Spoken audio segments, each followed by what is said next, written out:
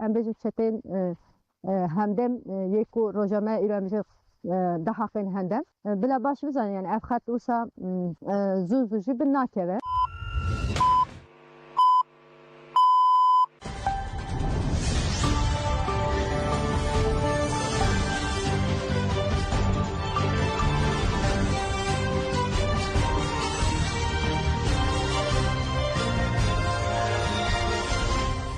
جنابند نوچه رادیو دنگی گل دم باش ایرو 18 جوتمه 2024 این لبریکسل ساعت 15 لآمده 16 گدار نیشم نوچه این داوی پیشکش بکن. هپگی ناسنامه شهیده کی اشکره کرد. نوند آراگاهاندن و چپمنی یا هپگی به داخویانی که ناسنامه شهیده کی اشکره کرد. داخویانی بویرنگیه. ده 24 ایلون 2024 ده لقادا ماسیرو یا نافچه شاخوانه ارتش ترکا داگرکر اپراسیونک پیکانی. ده اپراسیون ده نافبرا هزین مو داگرکران ده شرخومی ده وی شریده هفری مزاگروس جودی حتی نفس خوی داوی به فدایتی شرکر و شهید بو. آگاهین لسر ناسنامه شهید بویرنگینه. ناسناف زاگروس جودی ناو پاشناف مهدی اویسال جیج دایک بونه شرنک دایک فاطمه باف محمد امین دم اوجی شهادت 24 ایلون 2024 وان هپگی تکلدار جیان و تکوشین شهید زاگروس جودی اف آگاهیدان هفره مزاگروس لناف مالبات که ولات پاره سال شرنقش دایک بو جبر خودی درکتن مالبات آوی لروه برخدان و چانده بوتانه هفره مزاگروس شی بر رنگ که دلسوز جوهر خوامزم بو جبر که لقاده که وکا بوتانه یاج تکوشین آزادی و هرما سرلدان جیا هند تمن خوی پچوکت پارتیا مپک که ناس کرد. سال 2011 آن پسمام وی هفره مریناس گرگین اویسال لوانه شهید بو و یکی باندوره که مزن لهفره مزاگروس کرد و ده سال 2015 آن ده تبلینا و رفین گریلا بو. هفره مزاگروس لهرما بستای تبلینا و پرورده شروان نوبو. دیدم که دکو ایریشن چتین دایشی گران بون هفره مزاگروس خواست لگل گل مل دیجی چتیان شربکه و ده انجام اصراره که مزنده تبلی انیا برخودان یال دیجی چتیان بو. هفره مکو دشرده به ویرکی خوال پیش بو به تایبتی لسر تاکتیک شر این لباجر و گرینگیا خو پاراستن خو کور کر و بو خودی تجربه این مزن. پشتی که دولت ترک لسر باشارن که خوره و بریل هاتر گاندن دست به شرکی برفره کر هفره ما بری خدا شرخه که لیج دایک بو و مزن بو تجربه لسر شر باشاران لور خست پراتیکه لهمبری ایرشن دولت ترک ین لدیجی گل شرنخه و جوان لقادا خوا پاراستنه به ایراده که خورد شر کر و رومتا گل ما پاراست پشتی وی پواجوه بری خدا هرم پاراستنه ین مدیای هفره مکو بری وی هر تم بر به باکور کردستان و بو جاره کدن پیشنیار کرد که در باسی باکور کردستان ببه. هم جبر آستاد آلی ریخستنی و لشکری به دست خستیه و هم جبر ایدایا شنبر کرنه پارادیگمای جیانا آزاد آره براپو جاره کدن بری خدا بوتانه. لسر وی بینگه هفره ما بری خدا هره موانه و لوی داره تولبونه که اکتیف بکانی و جبو سرکتنین گرینگ به دست بخه کدک مزنده. و ده 24 ایلون 2024 ده انجام شرکی ده گیشت شادته. ام سوز دادن که ام جیان کسایت و تکوشین فدایی هفره خواه زاگروس وکر نشانداره که اساس بگرن و بیرانی ناوی لکردستان آزاد زندی بهیلن.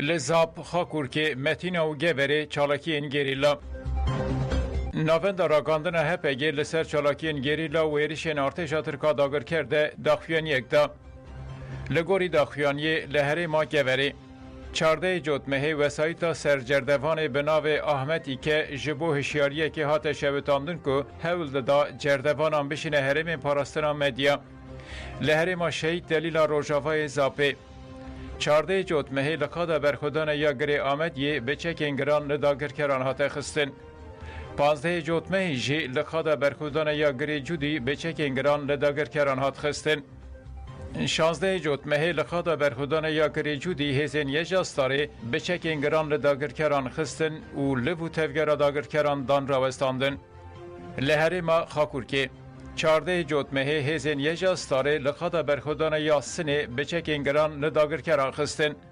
16 جوتمه لقادا برخودان یا گری شهید همین بچکین گران لداگر کران هات خستن چپرکات ایمها کرن.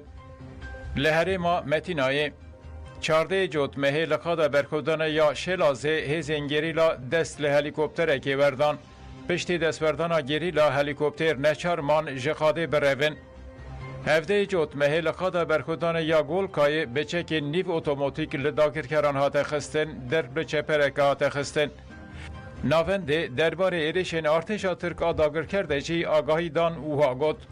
14 جوتمه لهره ما شهید دلیل روژاوای زاپه تونل برخودان ین لقادا برخودان یا گری جودی جاره که به تخمنی قدخکری هات بومبه کرن. 14 و 15 جوتمه لهره ما شهید دلیل روژاوای زاپه جتونل برخودان ین لقادا برخودانا گری اف ام سه جاران به تخمنی قدخکری هاتن بومبه کرن. 16 جوتمه لهره ما شهید دلیل روژاوای زاپه تونل برخودان ین گریلا ین لقادا گری آمد یه جاره که به تخمنی قدخکری هاتن بومبه کرن. ایرشن ارتشا ترکا داگر کرد. 14 15 و 17 جوتمه لهره ما خاکور که قادم برخودان ین سنینه لولان کنده کولا بربزن قلعه 12 جاران. لهره ما گار قادن کانیسار که گریسی سر ارگن سیانه یکمال سیدار زیف که درش و سپیندار 16 جاران. لهره ما متینای قادم برخودان ین سر متینا بجلی 7 جاران. لهره ما شهید دلیل روژاوای زاپه خواده برکودان یا گره بهار 4 جاران و بگشتی 39 جاران به بالافرین شهر هاتن بومبه کرن. 13 و 15 جوتمه لهره ما متینا قادم برخودان ین گولکا سر متینا بیشلی و درگل 16 جاران. لهره ما خاکور که خواده برخودان یا شهید شریف گره آکیف گره شکیف 7 جاران بگشتی 23 جاران به هلیکوپتر نیرش هاتن بومبه کرن. بن پیکرین مافان ین نگرتگهن باlıkesir و İzmir'e.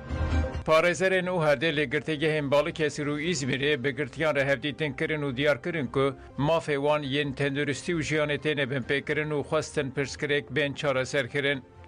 Hevserokê OHADA İzmir'ê Özcan Sarıoğlu û parêzer Mehmet Selahattin Timur têkildarî serlêdanên malbat û xizmên girtiyan de axaftin û gotin girtiyên ku di hevdîtiran de ji parêzer û malbatên xwe re gotine didine xuyakirin ku binpêkirinên ciddî ku di radaya îşkenceyê de cih digirin hene.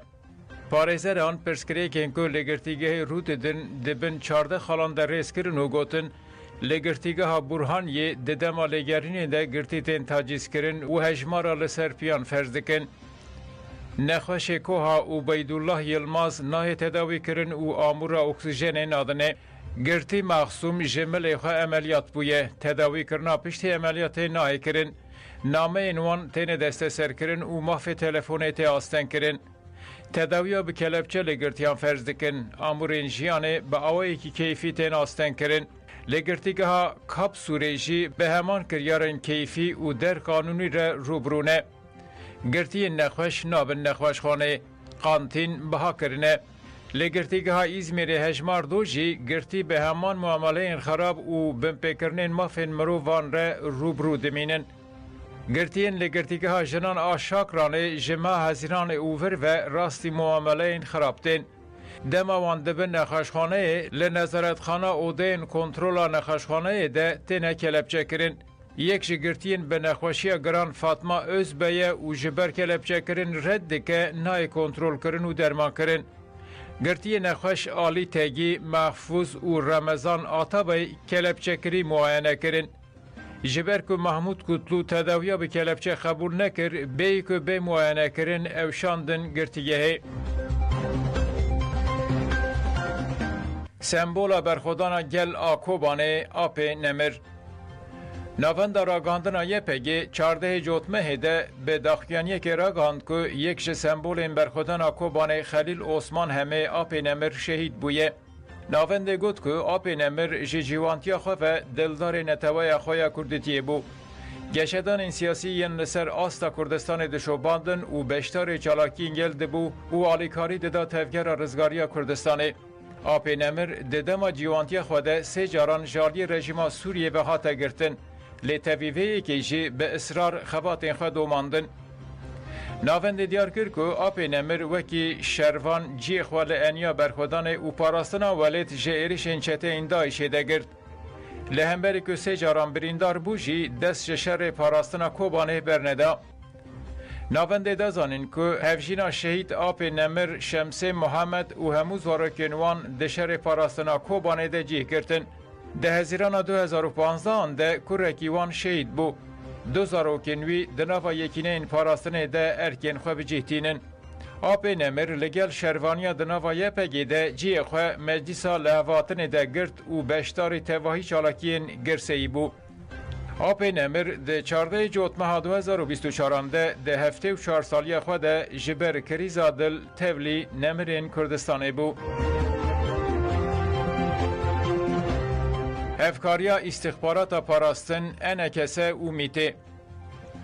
دوکومانتر دستان تاری که تورا سیخوریه یال روژاوای کردستان ایریش و سویخواستان پلان دکر اشکره دکه. پیشکشوان دوکومانتر آلان می اشتیار کرد که کسین که کتنه ناو خفکه آنگو تورا سیخورتیه جالی پاراستن انکسه و میته و به افکاری تین بره و برن و پاراستن. چاواتیم رخصن کردن البته ما یک چیروک آوانجی در خست چاواکتنه بخف کده یعنی جالی سه انیان و سیخورتن آوا کردن و البته اف انیجی داویه ده خودی آرمانجا کنه بلکی دلتکه آوان ده میتاتر آنگو استخبارات آوی لیدبن را هندک لنگی به هنه هول ددن خود نوا روجاوای کردستان ده بلا بکن بتایبت لباشوری کردستان زیادتر خفک جوان کسان راحتی ودان و به ریک و پیک لسروان کار دکن و برنگه کی سیستماتیک میناک ام بیژن ها هن کامپ لباشوری کردستان یعنی تایبت جو خلکن روجاوا هاتبون ساس کرن و خلک لبدری هاتبون بجی کرن دناوا وان کامپان ده هندک اندامن استخبارات آ پاراستن لبدری ده هنه ددن دو وان کسا بری و ربازن جدا میناک بری آمادین هجبر وان جریبت بن و داویه ده هندک آگاهیان لسر وان دگرن و سیخورتین وان فرض دکن یا دویمین بریا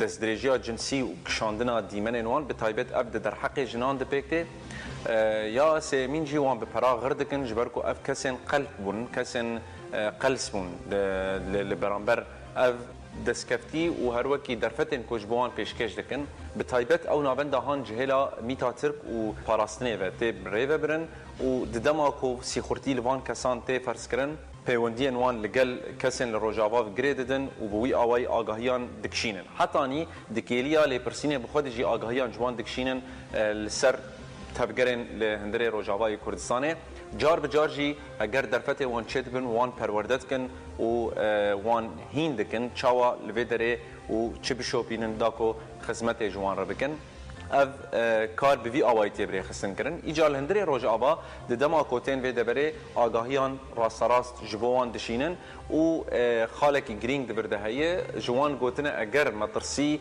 و وقت بیجن هون هات الناس کرن هونه بری بدن نابندن انکسیین روجابای کردستان ده او بپاريزن دما كون بيجن ام جهلا استخبارات پاراستنه و هاتنه و خلاص كن و بگینن جهم به اوله یعنی پلان سازی آن به وی آوایه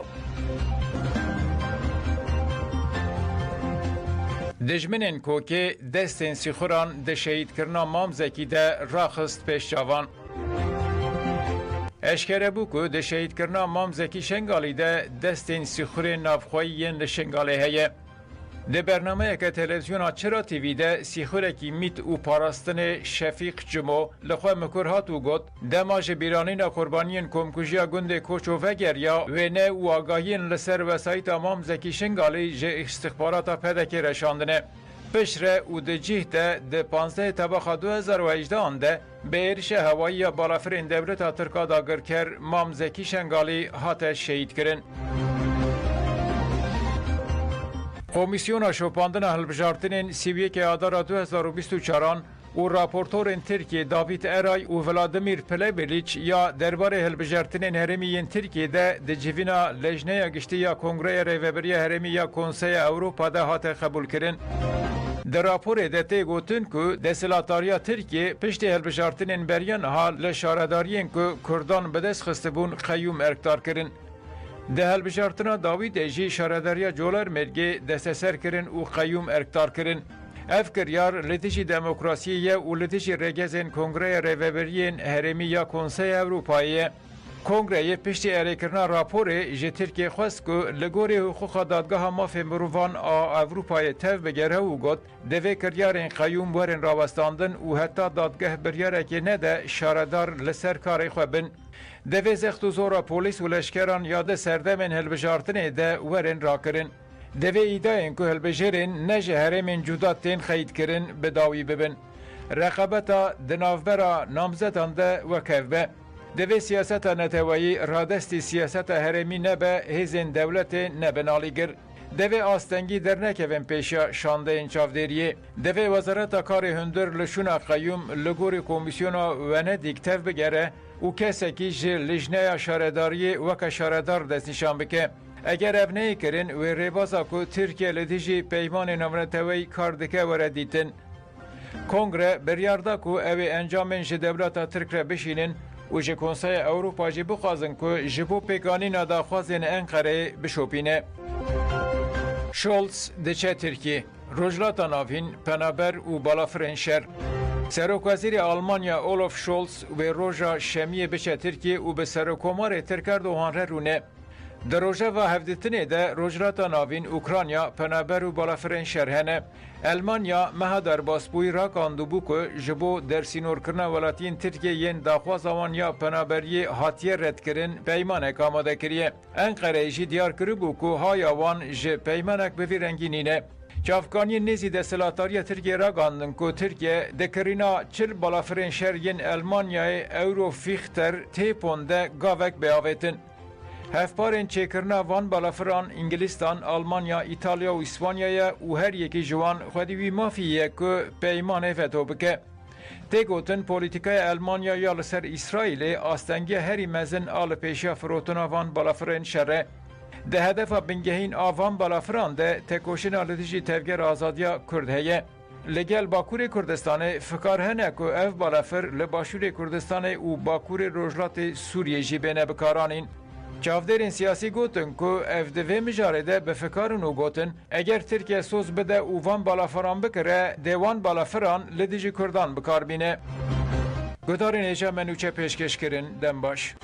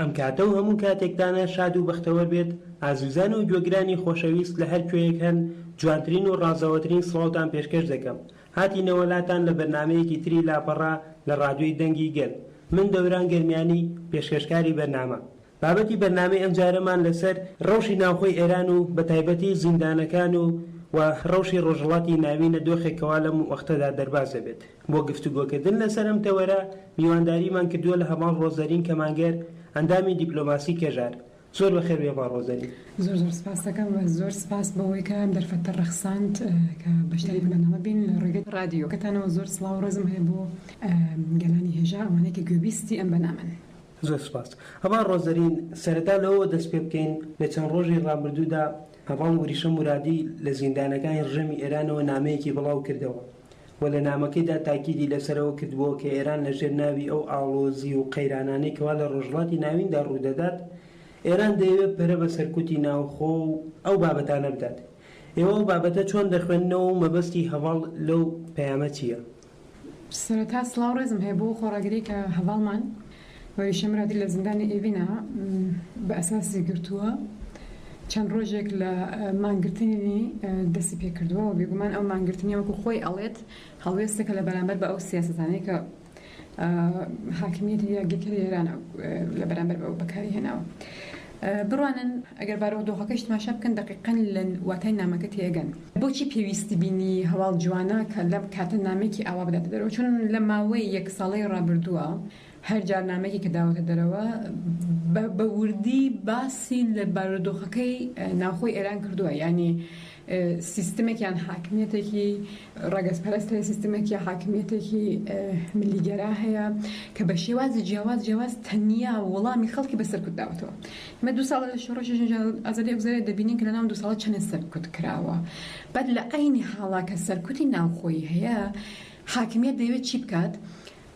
بە ئەوەی کە بناو ئەوەی کە شەڕەکان لە دەرەوەی مەرزەکان یا سنوورەکانی خۆی بەڕێوە دەبات و پەرە بە شەڕەکە لە دەرەوەی سنووری خۆی بدات ئەو شتێکە لە ناو خۆی ئێران ئەگزۆرەیە پەردە پۆش بکات. یعنی بڕوانن ئەمە بە ساڵانە خودی دەوڵەتی ئێران خۆی وەکو تەنیا دەوڵەتێک نیشانداوە کە لەناو ئەم قەیرانەی کە لە ناوی ڕۆژهەڵاتی ناوەڕاستە هەیە ئێران دەوڵەتێکی زۆر ئارامە حاکمیەتێکە کە ئەسڵەن هیچ خەمی نییە باکی نییە بەڵام بینیمان لە دو ساڵی ڕابردوو دقیقاً ئەو پێناسەی حاکمیەتە بۆ خۆی کولەنشکە یعنی بە پێچەوانەوە زۆر دەستپاچە بۆەوە نازانێت چی کار لەسەر لە موقعیتێکی وا ئێران قەراری گرتووە شەڕ گوور دەبێت ئێران سیاسەتێکی بە ساڵانە وەکو حاکمیەت ئەو سیاستە دەگرێتە بەر کە شەڕەکان لە دەروێ مەرزەوە بکاربرێت لە دەرەوە بە هێزە نیابەتەکانی شەڕ بکات لە ناوەوە هێزە مخالفەکان سەرکوت بکات. ئەمە ڕاستیەکەیەتی وە چون ئێستا ئەمە سیاست دەوڵەتەکانە ئەم شەڕی نێوانگەلان نییە شەڕی نێوان دەوڵەتانە وە چون دەیانەوێت ڕۆژەف بگۆڕەوە چون دەیانەوێت کە هێزی گەل دەرنەکەوێت مخالفەتەکان دەرنەکەوێت ئەمە ڕێبازێک بوو بۆ ئەوەی کە هێزی ناوخۆیەکان کەم سەرکوت بکرێن و نادیدە بگرێنێنی. من هەڵوێستی هەواڵ جوانە یعنی ئەم نامە تەکمیلکردنی نامەکانی تر بوو وا دەبینم و هەواڵ جوانە کەسێک نییە کە بەم یەک ساڵ خۆڕاگەرێ لە زیندان بناسرێت بە ساڵانە لە ناو تەفگەری ئاپۆیە تێکۆشان دەکات ئەندامی هەژار بووە لە پێناو ئاگاکردن و هۆشیارکردنەوەی ژنان لە تەواوی کوردستانە هەوڵی داوەکە بە گشتی فعالیت بکات. ئەمە نرخێکی ئینسانیە نرخێکی مرۆڤایەتیە بۆچی بۆ ئەوەی کە ژنێکی پێشەنگ لە کوردستانەوە هەستاوە و بەرپرسایەتی ئاگاکردنەوەی ژنانی داوەتە سەر ئەستۆی خۆی. واتە چی؟ واتە جواناسنە ئیتر تەنیا شەخصێک نییە جواناسنە بۆتە دەنگی هەموو ژنە تێکۆشەرەکان و هەموو ئەو ژنانێکێ بە شێوازی جیاواز لە قۆناغی جیاوازی خۆیان سەرکوت کراون. ئەگەر مەسەڵەن تماشاکەن هەڵوێستەکانی هەواڵ جوانە لە ماوە زۆر کەم بۆ خۆی دەرکەوتووە هەڵوێستی یەکەمی لە بەرامبەر بە حکمی ئەدامێک کە بۆ شەریفە محەممەدی و پاشان ئازیزی دەرا بۆیە نەچوو بۆ دادگا. هەڵوێستەکانی تریشی مەسەڵەن هەڵوێستی ئایتەساب قەزاکەی لە خودی ساڵ ڕۆژی جیهانی ئایدام دروست بوو بۆ ئەسڵان دەبێت ڕۆژێکی جیهانی مەسەڵەن بۆ نمونە بۆ دەبێت ئایدام ئەوەندە زۆر ببێت خۆتان دەزانن کە لە ئێران ئەم ماوە بە تایبەتی دوای شۆڕشی ژیان ئازادی داوای لێ بنەکەم ئەم ئەدەبیاتیشە بەکاردەبەن بەڵام بە شێوازێکی زۆر وحشیانە هێرشی سەر گەلانی کرد یعنی هیچ بنەمایەکی ئەخلاقی هیچ وجدانی بەو شێوازە نەبوو و لەسەر ناوی ئەوەی کە سەرکوت بۆ ئەوەی کە سەرکوت بکات ئەدامی کرد بە گەورەترین ئامورێک بۆ چەوساندنی ئەو ژنانە و بۆ ئەوەی کە ترسێک لە ناو کۆمەڵگا دروست بکات. ئەی هەواڵ جوانە بە خاتری ئەمە هەڵوێستی نیشاندا و بە خاتری ئەوەی کە دقیقاً بە تەواوی جیهانیان بڵێ دەنێ هەڵوێستەکە تەنیا لە بەرامبەر بە ئەو سیاسەتە نائینسانیانەی حاکمیەتی ئێران نییە. بەشی دووەمی هەڵوێستەکەی هەواڵ جوانە بۆ ئەوەیە کە بەڕای گشتی و هەموو ڕێخستنە ئازادی خوازەکان لە تەواوی جیهانەوە بگەێنێت کە لە ناوخۆ یعنی بسترە ڕای ئەوەکێ شەڕێک لە دەرەوەی سنوورەکان خەریکە بەڕێوە دەچێت لە ناوخۆ وەزعەکە وێرانە و نقطە زافی ئێران ناوخۆیە يعني ئەزانێت کە ئەگەر لە دەرەوە زعیف بێت لە ناوخۆشەوە زعیفێت چون هێزیگەل دەناسێت هێزیگەل نە ئەو هێزەیەکە بکەوێتە ژێر ڕکێفی سیستمی سەرمایەداری یان نەتەوە دەوڵەت ئەمە لە شۆڕەشی ژنجان ئازادی باش پیشاندرا ینی هێزیگەل لەسەر ئەساسی بە تایبەتی لەم شۆڕەشی ژنجان ئازادیە خەتی سێ پێشکەوت زۆر تایبەتمەندی ئەم شۆڕەشەمان باس کرد کە مەسەڵەن اتحادی بە بنەمان گرتووە کە مەسەڵەن ئەیدی جیاوازە زۆر نابێتە بەربەست بۆ ئەوە ژنان بوونە پێشەنگی ئەم خەباتە ئەمە تایبەتمەندی خەتی سێە وانە ئەی چۆن نقطە زافی ئێران لە هێز و ئیرادەی گەلانەوە ئەزانێت کە ئەم مردمە چیان بوێت ئەتوانن ئەنجامی بدەن کە نیشاندا لە شۆڕەشی ژنجان ئازادی بۆیە بڵێت کە لە پەرنامەکە ئەوە دەدرێت کە ئێران زاتەن و هەموو نە ئێران تەنیا دەوڵەت نەتەوەکان زاتەن گەلەکانە بە ڕۆژەفکردنی ئەو شەڕەتەرکیەکانە وەزعیەتی ناوخۆی خۆیان تەواو بپۆشێنن ئەویش دقیقاً خەتا بە خەڵک دەڵێت جیهانیان گوێ بگرن ئێمە وەزعمان لە ناوخۆ ئەمەیە و بارودۆخی گەلان لە ناوخۆ زۆر وێرانە و ئەمە سیاسەتی تایبەتی حاکمیەتەکە دەی هەوێت ئەم وەزعی ئەم بارودۆخی ئێمە بپۆشێنێت بۆی کە گەل ئیدی ئێمە لە ڕۆژەف دەرکەوین ئەو خۆڕاگریە لە ڕۆژەف دەرکەوێت ئەو شەڕە تایبەتەکە حاکمیت بەسەر ئێمە بەڕێوە دەبات ینی بەتەواوی زیندان و گەلمە بەسمە بەڕێوە دەبات ئەوانە هەموو نەمێنێت یعنی ئەمە سیاستی تایبەتە و خودی هەڵوێستی هەواڵجوانەی لەو چوارچەوە ئەتوانین بڵێن ئەو مانگرتن لە خواردنەشی دیسانەکەوێتە بەشی دووەمی نامەکەیەوە ڕێک وایە یعنی مەسەڵەن هەڵوێست نیشاندا هەڵوێستێکی ڕادیکال ئەمە واقعیەتێکە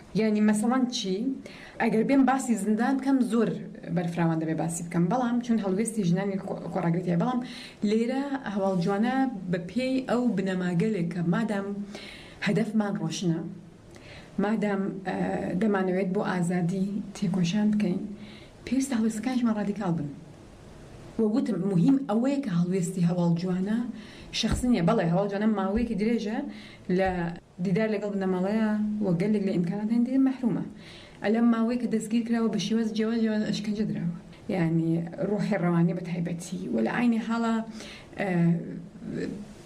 یعنی خودی حاکمیەتیش تایبەت چون ترسێکی لە ئیرادەی ژنان بە تایبەتی وە ئەو ڕێخستنگەلێکە بە شێوازی ڕادیکال مەسەڵەن وەکو کەژار خەریکن خەبات دەکەن تێکۆشان دەکەن لەسەر بنەمایەکی زۆر ڕادیکال ترسێکی زۆر تایبەت هەیە بۆیە لەم ماوە یعنی خودی ئاتستا فەزاکە یا مانگرتنەی لە خواردنەکەی دقیقاً لەو چوارچەوەیە کە نیشان داد کە من دەتوانم مەسەڵەن بۆ نمونە دەبێژم ینی بە گشتی زیندان بکەمە شوێنی خۆڕاگری نەک شوێنی پەشیمان بوونەوە